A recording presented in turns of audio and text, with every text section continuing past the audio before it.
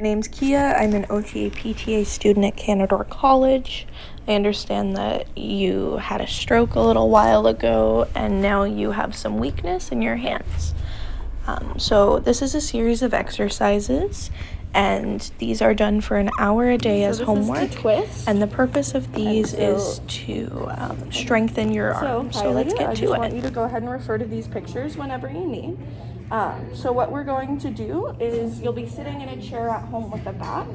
So when you're at home doing your exercises for an hour a day, you want to make sure that you're keeping your back pressed against the chair the whole time.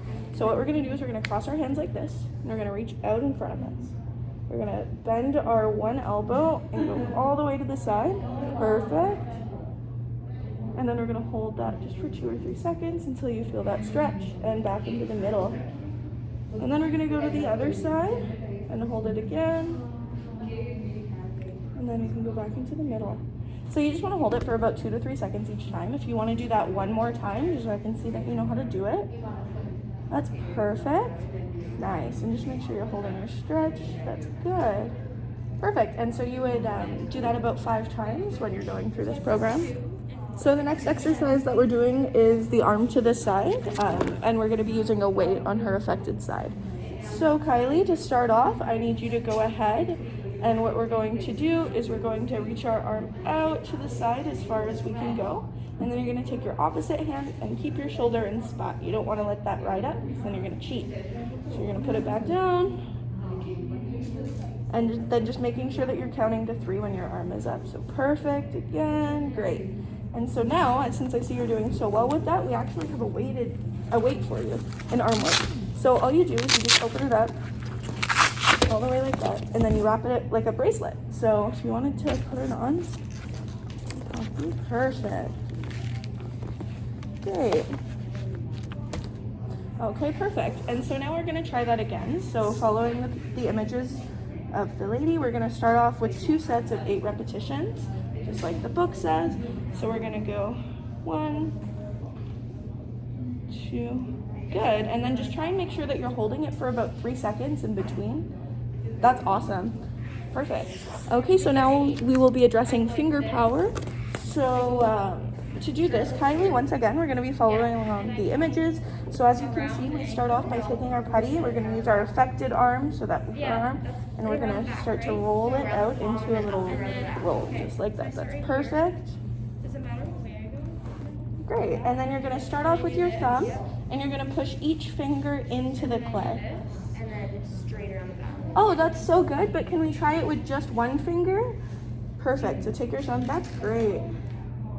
And then I finish it up. That's perfect. And so when you're done that, you can follow along the next step, which is to go ahead and roll it up again. And so you're going to repeat that process 5 times throughout this. Good. That's excellent. And so if you find it's really easy, we can go ahead and get you a different color putty, and that should make it harder for you. So help to work on your finger strength some more. Okay, so the next one that we're going to do is we're going to go over how to make the paperclip chain.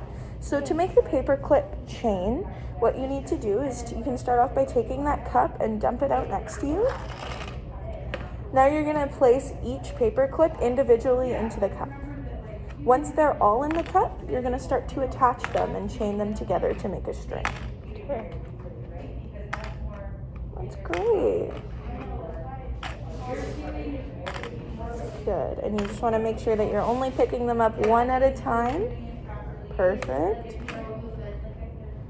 And so now you can start to connect them. So you can just reach it in.